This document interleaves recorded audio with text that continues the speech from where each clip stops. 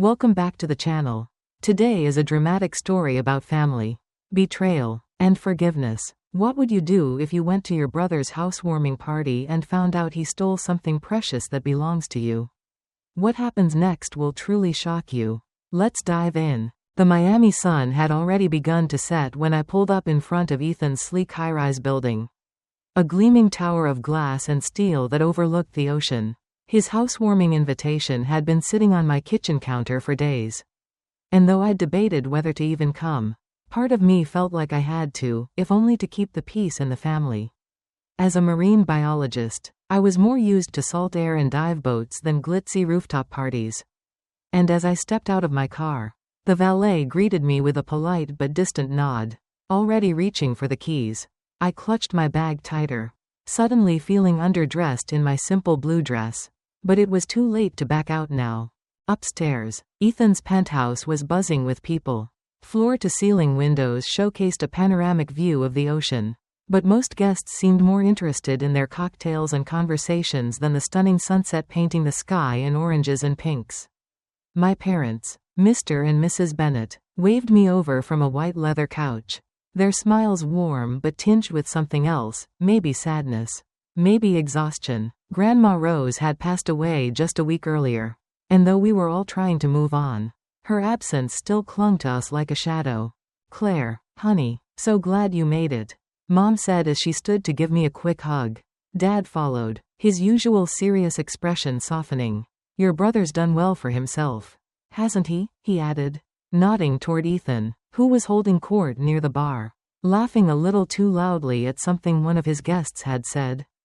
"Yeah, he has," I murmured, unsure what else to say. Ethan had always been the golden boy, charming, ambitious, always chasing the next big thing. His new career as a real estate agent had apparently been more successful than I'd realized. He looked every bit the part. In a tailored suit and gleaming watch, surrounded by Miami's elite. Claire, Lila, our cousin, appeared beside me, breaking my train of thought. She looked as uncomfortable as I felt, tugging at her camera strap slung over her shoulder. "Thank God you're here. This whole thing is a bit much, right?" I smiled in relief at seeing a familiar ally. "Tell me about it." He really went all out. "Yeah, well, that's Ethan for you." Lila leaned in, lowering her voice. "How are you holding up? You know, with Grandma and everything?" I hesitated, feeling a lump in my throat. "I'm okay, just still missing her. It feels weird being here without her around." Lila nodded sympathetically, and we stood together in silence for a moment, watching the party swirl around us. Then, as if on cue, Ethan clinked his glass sharply, the sound cutting through the music and chatter. "Everyone, can I have your attention for just a minute?" he called. His voice smooth and confident, carrying easily through the room. People turned, curious, some still holding half-finished conversations but now focusing on Ethan. I felt a flicker of unease. That tone of voice meant he was building up to something big. First of all, Ethan began, raising his champagne glass high. "Thank you all for coming to celebrate this new chapter with me. It means a lot." A ripple of polite applause followed, and he smiled, basking in the attention. "And of course, I wouldn't be here without my amazing family," he continued, glancing over at our parents. "Especially after everything we've been through with Grandma Rose's passing." At that, a somber murmur ran through the room, and for a brief moment, even Ethan's polished smile faltered. "Which brings me to my next point," Ethan said, setting his glass on the bar behind him. "I wanted to share some news, something Grandma shared with me before she passed. It was her wish that I inherit her beach house in Key West." For a moment, the room was silent. I stared at Ethan, my stomach twisting into a knot. Around me, I could hear murmurs of surprise, even a few people clapping and offering congratulations. Mom looked emotional, reaching over to squeeze Dad's hand, her eyes glistening. "She always did love that house," she whispered to him. I could barely breathe. Grandma had told me she wanted me to have that house, not Ethan.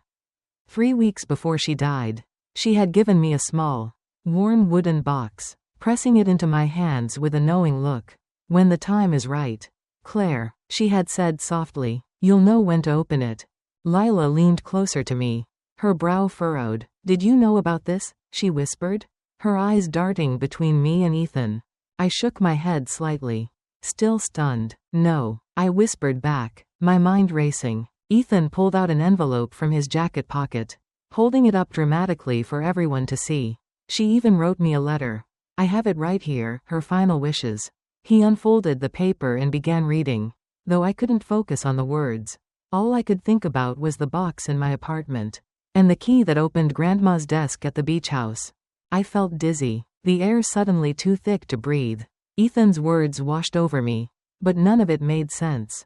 Why would Grandma give me that box if she had already promised the house to him?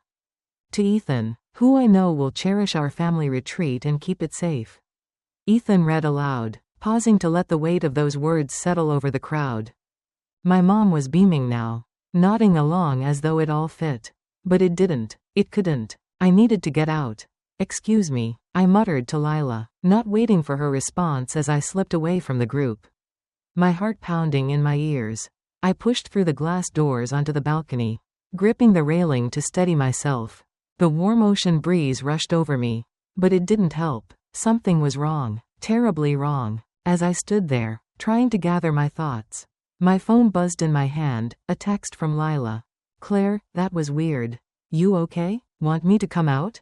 I stared at the screen, then quickly typed back. No, I'm heading home. Need to check something. Can you cover for me?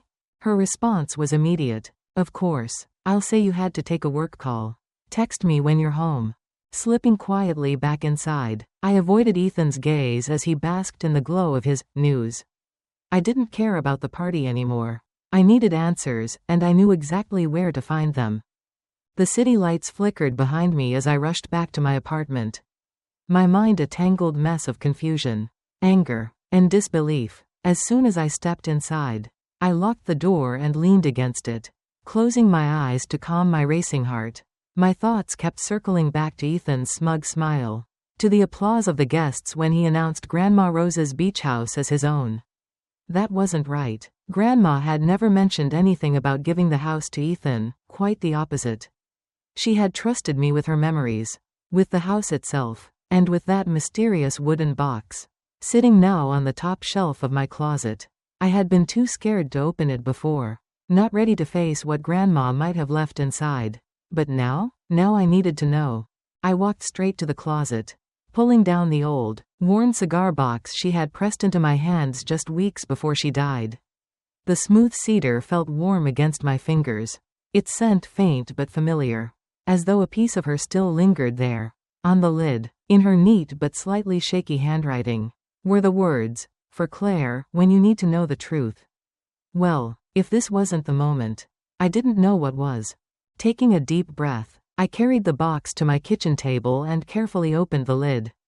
Inside were several neatly folded documents, a sealed envelope with my name on it, and a small brass key that I immediately recognized, the key to Grandma's antique roll-top desk at the beach house. I set the key aside gently, my eyes scanning the rest of the contents. The first paper I picked up made my heart stop. It was a notarized deed, clearly transferring ownership of the beach house to me, dated 6 months ago. My hands trembled as I read the details again and again, making sure I wasn't hallucinating.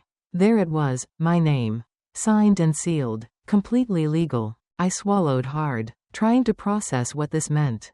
Grandma had already given me the house before she passed. This wasn't something vague or promised in words. It was official. So what in the world was Ethan talking about? Why would he claim she left it to him in some last-minute letter? With shaky fingers, I reached for the sealed envelope addressed to me. For a moment, I hesitated. Part of me was scared of what Grandma might have written. Scared that maybe she had changed her mind and left confusing instructions. But when I finally broke the seal and unfolded the letter, tears sprang to my eyes as I recognized her familiar, shaky hand. My dearest Claire, the letter began. By the time you read this, I may no longer be here to explain all this in person. I want you to know that giving you the beach house was a decision I made with my whole heart. You are the only one who has ever truly loved that place as much as I did. You cared for it, respected it, and understood its quiet magic, just like I did. Ethan never felt the same connection. He always saw it as a burden or a playground for his friends. I had to pause reading, wiping at my eyes before continuing. I wanted to make sure that you had something of mine to hold on to. A piece of peace in this world. I had the documents signed and filed properly, so there would be no confusion, though I fear your brother may still try to contest this. I love Ethan, but I've always worried about his need to prove himself, to take shortcuts when he feels left out. Please don't judge him too harshly, but know that I trust you to care for this place and what it stands for: family, memories, and love. The letter closed with a simple line that undid me completely. Take care of our home, Claire, and take care of yourself. With all my love, Grandma Rose. I sat back, overwhelmed, the letter falling softly to the table. So it was true, Grandma had meant for me to have the beach house. And Ethan had lied. He had stood there, in front of our family, waving some fake letter, and made a public claim on something that wasn't his. Anger flared in my chest, but it was quickly swallowed by sadness. Why would he do this? A sharp knock at the door startled me from my thoughts. But when I checked the peephole, no one was there, just my imagination. Fueled by nerves, I turned back to the table, eyeing the documents and the key. Grandma had thought of everything.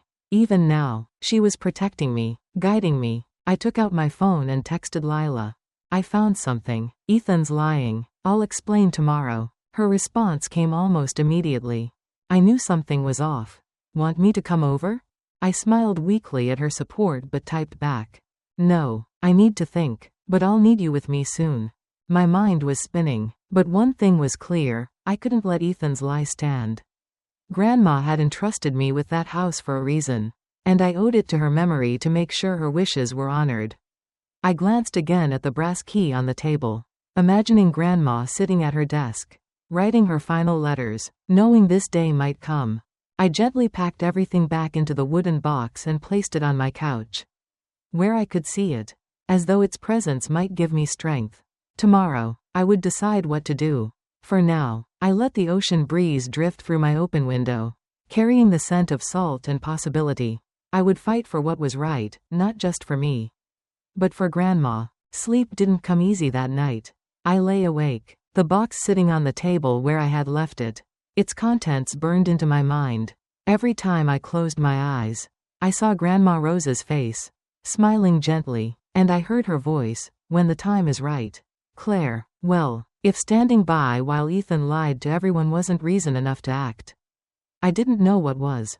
By morning, my head still throbbed from lack of sleep, but my resolve was clear. I couldn't let him steal what Grandma had entrusted to me, and not just because of the house. It was about the truth, about honoring her. Still, as I sat at the kitchen table sipping lukewarm coffee, doubt crept in. What if calling Ethan out in front of the family only made things worse? What if it tore the family apart? Grandma had always wanted us to stay close, to look out for each other.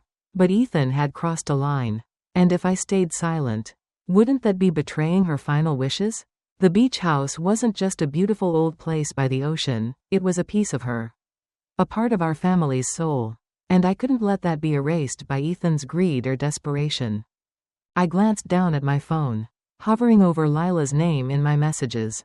If there was anyone who would understand, it was her. My thumb hovered for a moment before I finally typed. I'm going back to Ethan's tonight. I need to set things straight. Her reply was almost instant. You want me there? I smiled faintly, grateful for her loyalty, but this was something I knew I had to face myself. No, but thank you. I'll call you after. As the day dragged on, I gathered everything I would need: the notarized deed, Grandma's letter, and the brass key, placing them carefully back into the wooden box. The key glinted in the afternoon sun streaming through my window, a small but powerful reminder of the bond Grandma and I shared. Before I left, I sat down on my couch, holding the box in my lap, and let the memories wash over me. Sitting with Grandma on the porch of the beach house, her weathered hands guiding mine as she showed me how to mend fishing nets. The way she would hum her favorite old songs as we cooked dinner together. And how she always insisted we watch the sunset, no matter how busy life got. She had taught me to appreciate the simple things, to love the sea, and to care for that house like it was a member of our family. Stand up for what you know is right. Claire, but do it with grace. Her voice echoed in my mind. That was the hard part, Grace. Because part of me wanted to march in there and yell at Ethan. Demand to know why he'd lied and tried to take something he didn't deserve. But Grandma wouldn't have wanted that. She would have wanted me to stand firm but keep my dignity, to let the truth speak for itself. As the sky turned dusky pink, I got ready to leave, slipping the wooden box into a tote bag and grabbing my keys. Before walking out the door, I paused by a framed photo of Grandma and me at the beach house. Laughing as the waves lapped around our ankles, I traced my finger along her smiling face and whispered, "I'm going to do this right. Grandma, I promise." Driving back to Ethan's apartment, the streets of Miami blurred past me, but my mind stayed focused. I knew the party would be winding down by now, which was perfect. I didn't want a big audience, I just wanted family. Just the people who needed to hear the truth. As I pulled up to the curb, I could still see a few cars parked out front. A soft glow of light spilling from Ethan's windows above. Taking a deep breath, I stepped out of the car. The tote bag heavy with more than just paper, it was carrying Grandma's trust. And now, my responsibility to protect it. Straightening my shoulders, I walked toward the entrance, ready to face whatever came next. When I knocked on Ethan's door, my heart was pounding so loudly I was sure he'd hear it even before he opened up. A moment later, he appeared in the doorway, his expression shifting from surprise to suspicion in an instant. "Claire?" he asked, eyes narrowing slightly. "Didn't think you'd be back so soon. Everything okay?" His casual tone was a thin veil, and I could see the guarded look behind his smile. "I need to talk to you," I said quietly, my hands gripping the tote bag like a lifeline. Before he could stop me, I stepped inside. The apartment was much quieter now, just family remained. Our parents were seated on the couch with glasses of wine in hand. And Sophie was leaning against the kitchen counter, scrolling through her phone but glancing up when she saw me. Lila sat in the corner, giving me a knowing look when our eyes met. "Claire, sweetheart," Mom said, looking surprised. "You're back? We were just talking about Grandma's house and how wonderful it is that Ethan is keeping it in the family." "Actually, that's what I wanted to talk about," I said, moving to the center of the room and setting the wooden box carefully on the coffee table. All eyes followed my every move. Ethan's jaw tensed as he recognized the box. "What's that?" he asked, his voice tight. "Something Grandma gave me 3 weeks before she passed." I answered evenly. I turned to look at him directly. "She asked me not to open it until the time was right. And after what you said tonight, I realized that time is now."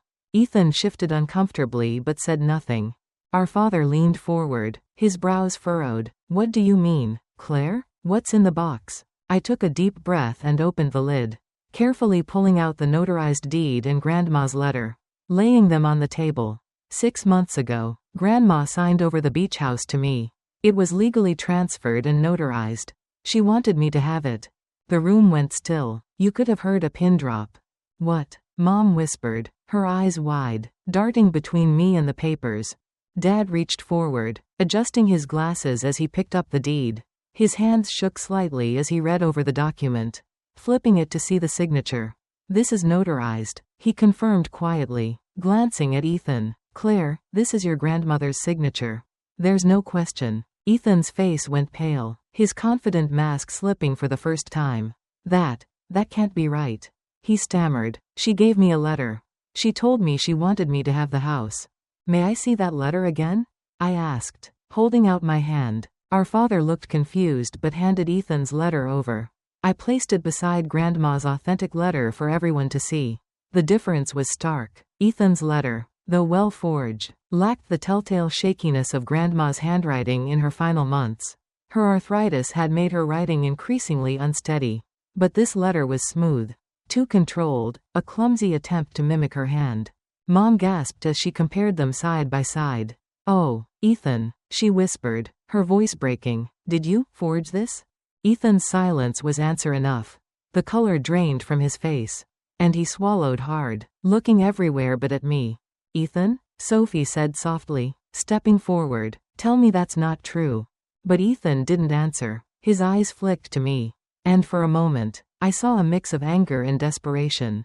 You don't understand, he said finally, his voice cracking. It's not fair that you get everything. You were always Grandma's favorite. You spent all that time with her. She never paid attention to me. I stared at him, feeling a mix of anger and heartbreak. Ethan, she invited you to the house every summer. Every holiday. You never wanted to come. You always said you were too busy.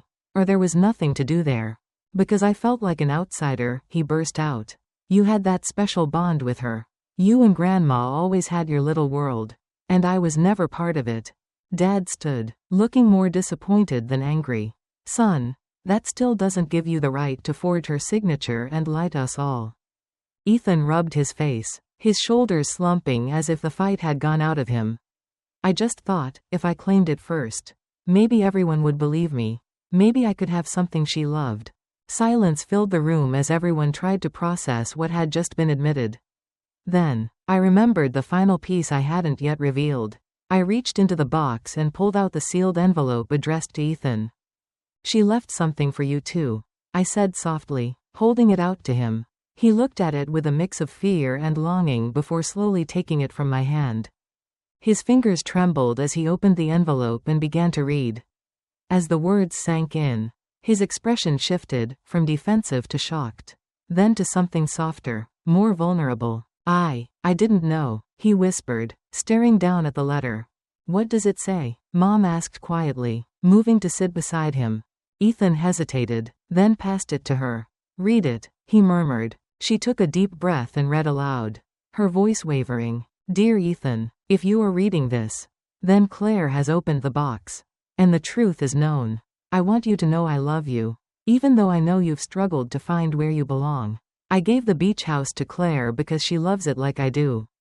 But that doesn't mean I don't love you. What you need isn't the house, it's something to call your own. Enclosed is a check for $25. Use it to start something meaningful. Build something that makes you proud. And remember, my boy, the door to that house will always be open if you come to visit with love. Not with anger. Love, Grandma. As she finished, there wasn't a dry eye in the room. Ethan sat motionless, clutching the check that had been tucked inside. She knew me better than I thought. He said quietly, his voice rough with emotion. I'm sorry, Claire, he said, looking at me finally, really looking, not with competition but with regret. I shouldn't have done this. You deserve the house. You deserved her trust. I swallowed hard, feeling the tears burning my eyes. I appreciate you saying that. Ethan, I'm still hurt, but maybe we can figure out how to fix this. He nodded slowly. I hope so. Lila gave me a small smile from across the room. And I realized how much I had needed that moment. Not just to protect Grandma's memory, but to give Ethan a chance to be honest, maybe for the first time in a long time. I'm glad she left you something too, I said gently. Maybe this can be a new start for both of us. The room remained quiet, but this time, it wasn't filled with tension, only a fragile, emerging hope that maybe, despite everything, we could find our way back to being a family again. The room stayed heavy with silence after Mom finished reading Grandma Rose's letter aloud. Ethan sat on the edge of the couch, staring blankly at the check in his hand, as though it weighed 100 pounds. For the first time that night, all the bluster and defensiveness had drained from him, leaving only raw emotion. His jaw worked as though he were trying to speak, but no words came out. Watching him now, I felt a complicated twist of emotions, hurt, anger, but also a flicker of compassion. Grandma had I didn't think she'd ever. Ethan started to say but trailed off. He rubbed at his face, as though wiping away the realization settling on him. She knew I might try to take the house. She saw right through me. His voice cracked, and for the first time, there was no act, no performance, just the truth. Mom put a gentle hand on his shoulder. Ethan, she didn't write that to punish you. She wrote it because she loved you. She wanted you to find your own way, not keep chasing after what wasn't meant to be yours. He shook his head, his shoulders slumped. I thought, if I could just have the house, it would make up for everything. All those years I felt left out, like I didn't belong in that part of her life. He glanced over at me, guilt flickering in his eyes. You had that bond with her, Claire. I always envied it. I didn't know how to ask for the same thing, so I tried to take it. I swallowed, feeling a lump rise in my throat. I had spent so long being angry that Ethan never cared about Grandma. Angry that he only showed up when it was convenient. And now this messy truth was laid bare between us. It didn't erase what he had done. But suddenly, I could see the pain that had fueled it. I wish you had just told me how you felt, I said softly, sitting across from him. I never wanted to shut you out. Neither did Grandma. She kept waiting for you to come around. Ethan, she wanted you to be part of that place. Part of the family memories. His eyes watered as he stared at the check. I don't deserve this. Not the money. Not her kindness. Dad, who had been quiet until now, cleared his throat. Ethan, no one's perfect. Your grandmother knew you were struggling. But she wanted to give you a way to start over. You still have that chance. The question is, what are you going to do with it? Sophie stood near the counter. Her arms folded, but there was a softness in her eyes now. Ethan, I think this is what she wanted, to give you a way to prove to yourself that you're more than what you've been acting like. Ethan let out a shaky breath and nodded. I don't know what I'll do yet, he admitted, but I want to figure it out. I want to try. Maybe she was right. His gaze found mine again. And for the first time in what felt like years, it wasn't full of rivalry or resentment, just honesty. I'm sorry, Claire. Truly, I didn't just try to steal the house. I almost destroyed what was left of our family. I hope you can forgive me someday. I let out a long breath, feeling my chest loosen just a little. I can't say I'm not still upset, I admitted, but I'm glad you're being honest now. And I think Grandma would want us to find a way to fix this. For her and for us. A small, hopeful smile tugged at the corners of Lila's lips as she sat quietly watching us. Mom squeezed Ethan's shoulder, and even Dad seemed to soften a little. As I glanced down at the wooden box, still sitting open on the table, I thought about all the care Grandma had taken, writing those letters. Having the deed notarized, even leaving Ethan something personal. She had known this confrontation would come, but she had hoped it would bring healing, not division. Looking back at Ethan, I added quietly, the house was always meant to be a place that brought family together. I'm not saying things will go back to how they were overnight. But, if you want to be part of that place, in the right way, I think we can figure that out. Together. For a long moment, Ethan just stared at me. And then he nodded slowly. Yeah, I want that too. I want to do better. For her and for us. It wasn't a perfect resolution. But as I looked around the room at my family, finally talking, finally listening, I felt like maybe Grandma's final wish was beginning to take root. A fragile but real chance for us to be whole again.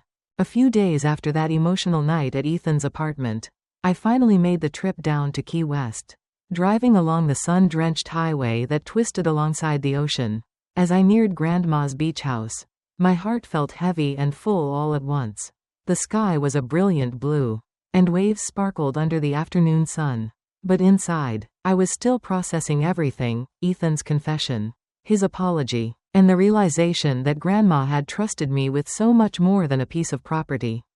She had trusted me with her legacy, her memories, and maybe even the healing of our family. The moment I pulled into the familiar gravel driveway, a wave of emotion washed over me. The beach house looked exactly as it always had, weathered wooden siding worn soft by the salty air. Pale blue shutters that flapped slightly in the breeze, and the wraparound porch where Grandma loved to sit and watch the waves roll in. I sat for a long time in the car, just staring, remembering the countless weekends I had spent here with her. The sound of the ocean filled my ears, calming and steady, like a heartbeat that had always been part of this place. Finally, I stepped out and made my way to the porch, pausing to run my fingers over the railing. Memories surged as I pictured Grandma sitting in her favorite wicker chair, a book in her lap and a mug of tea by her side. You have to watch the sunsets here, Claire, she would always say. They remind you that endings can be beautiful too. I fished the brass key out of my pocket, the one from the wooden box, and slid it into the old lock on the front door. It still stuck slightly, just like it always had. And I smiled a little as I jiggled it the way Grandma taught me until it turned with a soft click. Stepping inside was like walking into a time capsule. Everything was as she had left it, the old nautical maps on the walls, Her collection of seashells neatly arranged along the windowsill, and her patchwork quilt draped over the couch. The faint scent of her lavender soap still lingered in the air, mingling with the ever-present smell of the sea. As I walked through each room, I could feel her presence everywhere. I ran my hand along the kitchen table where we had shared so many breakfasts. And I paused at the fireplace mantel, where photographs of family gatherings still stood, including a picture of Ethan and me as kids, holding up fish we'd caught together, grinning from ear to ear. When I finally made my way to the study, I felt the weight of the moment settle over me. The roll-top desk, the one Grandma had used for decades to write letters and keep her most precious papers, stood quietly in the corner. I approached it slowly, running my hand along its smooth surface before unlocking it with the brass key. Inside, everything was neatly organized: folders, letters, and small mementos from her life. One folder was labeled "Family," and as I flipped through it, tears welled in my eyes. There were newspaper clippings of Ethan's achievements, his high school debate trophy, his college graduation, even a real estate article featuring one of his first big sales. Grandma had been proud of him all along, she just hadn't known how to show it in a way he would understand. There were also letters she had written but never sent, one addressed to me, telling me how much she cherished our time together at the house, and one to Ethan, urging him to find his way and reminding him that she believed he could be more than his mistakes. My heart ached as I read them, wishing she was still here to say those words herself. Setting the letters down, I walked over to the large picture window that overlooked the beach. The tide was coming in, waves lapping gently at the shore, and the sun hung low in the sky, casting a soft golden glow over everything. I opened the window to let in the salty breeze, breathing deeply, as if I could pull in all the strength and love Grandma had poured into this house. I sat down on the worn porch swing, pulling my knees up to my chest as I watched the sky begin to streak with pink and orange. This house was more than a place, it was a piece of Grandma. A piece of me, and a place where I could finally feel her presence again.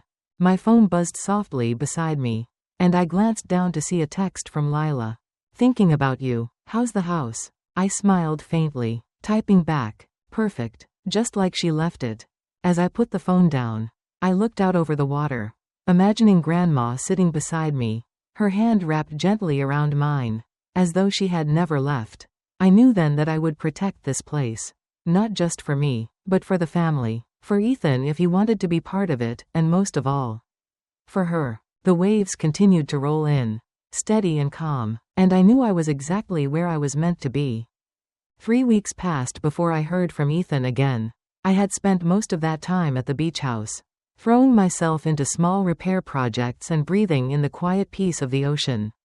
Some days, I would sit on the porch for hours, watching the waves and thinking about Grandma, her laughter, her gentle way of offering advice, and how much she had wanted this house to remain a place of healing and family. Even though I was beginning to feel at home, there was still a hollow ache when I thought about Ethan, and all the things left unsaid between us. So when my phone buzzed late on a Saturday morning and I saw his name flash across the screen, my heart skipped a beat. The message was simple, but it carried a weight I hadn't expected. "Can we talk? At the house, if that's okay." For a moment, I hesitated, unsure if I was ready. But as I stared out at the sparkling blue water, I heard Grandma's voice in my head again: "Family is worth the effort. Even when it's hard." I took a deep breath and typed back, "Sure, tomorrow at noon?" The next day, as I sat on the porch swing waiting, I felt a mix of nerves and hope swirling in my chest. When Ethan's car pulled into the driveway, I stood up, watching as he climbed out, looking more subdued than I had ever seen him. Gone was the polished, overly confident Ethan from his Miami penthouse. Today, he wore a simple t-shirt and jeans, and his usual swagger was replaced with a quiet uncertainty. "Hey," he greeted as he approached, hands shoved deep in his pockets. "Hey," I echoed, nodding toward the empty chair next to me. "Want to sit?" He hesitated, then nodded, lowering himself into the chair with a long sigh. For a moment, we both sat silently, the sound of the waves filling the space between us. "I wasn't sure you'd want to see me," he said finally, glancing sideways at me. "I wasn't sure either," I admitted honestly. But I think Grandma would want us to talk. And I guess I do. Too. He nodded slowly, picking at a loose thread on his jeans. I've been thinking a lot about what happened. About what I did. His voice was quieter than I'd expected. Stripped of any pretense. I messed up. Badly. And I've been trying to figure out why. I looked over at him. Waiting. I guess. He continued. I always felt like I was standing in your shadow. You were always here with Grandma. Always her favorite, or at least. That's how it felt. I thought if I had the house, I'd have something of hers to hold on to. But that wasn't right. I see that now. I exhaled slowly, feeling some of the tension start to ease. I wish you'd told me how you felt sooner. Ethan, I never wanted to take that from you. I loved her. I loved this place. He nodded, his eyes fixed on the sand beyond the porch. I know. I see that now. He paused before adding, I used the money she left me. I blinked in surprise. You did? He gave a small, sheepish smile. Yeah, I enrolled in that woodworking class she always said I should take. Figured maybe it's time I try to build something real instead of always chasing quick wins. A smile tugged at my lips. Unexpected but genuine. She would have loved that. Yeah, he agreed, glancing around the porch, taking in the house with softer eyes than I'd seen before. This place, it really is special. I didn't see it before. But I do now. We sat in silence for a few more moments. And then I stood up and motioned for him to follow. Come inside. There's something I want to show you. I led him to the study, where I had laid out some of Grandma's keepsakes, including a folder labeled with his name. I watched as Ethan opened it, finding newspaper clippings of his school achievements, photos of him as a kid, and even a copy of a glowing review from his first big real estate sale. She kept all of this, he whispered, his fingers trembling slightly as he flipped through the pages. She was proud of you, Ethan, I said softly. She just didn't always know how to say it. He swallowed hard, blinking back tears. I didn't know. I think she hoped you'd figure it out one day. I said gently. That's why she left you the letter. She wanted you to have a fresh start. When Ethan looked up at me again, his eyes were filled with something I hadn't seen in a long time, real vulnerability. Thank you for showing me this, he said, and for letting me be here. I don't deserve it, but thank you. I shook my head slightly. I think we both deserve a second chance. Grandma would have wanted that. Outside, the ocean breeze picked up, and for the first time in a long while, it felt like a piece of Grandma's dream for us to heal. To find our way back to each other was starting to come true. Later that evening, after Ethan had left, I found myself sitting alone on the porch swing, the same one Grandma and I used to share during quiet afternoons. The sun was sinking low over the water, casting the sky in deep streaks of orange and pink, the kind of sunset Grandma had loved to watch. A soft breeze rustled through the palm trees, and the familiar sound of waves lapping at the shore felt like a steady, comforting heartbeat. As I wrapped my arms around my knees, I let the calm of the evening sink in. So much had happened in the last few weeks, the shock of Ethan's betrayal, the confrontation, the painful truths, but also healing, in ways I hadn't expected. I thought about Ethan and how he had looked when he left, quieter, more thoughtful, like he was finally starting to see himself and this place differently. There was still a long road ahead, but I felt something I hadn't felt in a long time when I thought of him, hope. Maybe we wouldn't fix everything overnight, but for the first time in years, it felt like we had a real chance to be siblings again. To rebuild something that had been broken for far too long. The beach house stood behind me, its windows glowing warmly in the fading light. I knew there would be work to do, repairs to make, memories to preserve, but I was ready.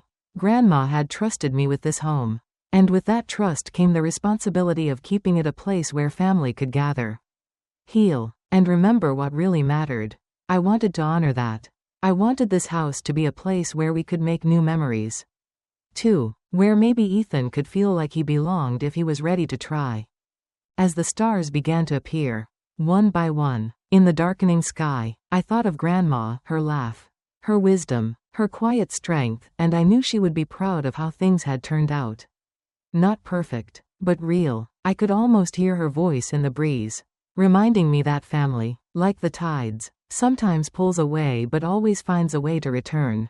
I reached into my pocket and pulled out the small, worn photo of Grandma and me sitting on this very porch.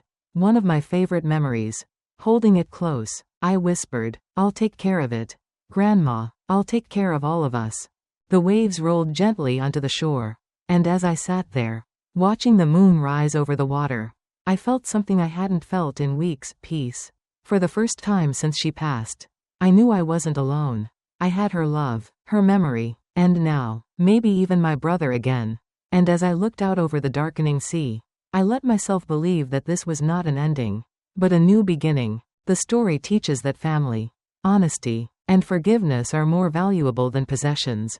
Though betrayal and jealousy can break relationships, truth and compassion have the power to heal. Claire learns to stand up for what's right while showing grace, honoring her grandmother's wishes. Ethan realizes that love and belonging can't be forced or taken, they must be earned through genuine connection. In the end, the siblings begin to rebuild trust, showing that second chances are possible when we choose understanding over resentment. The story reminds us that family legacies are not just property, but love, memories, and unity.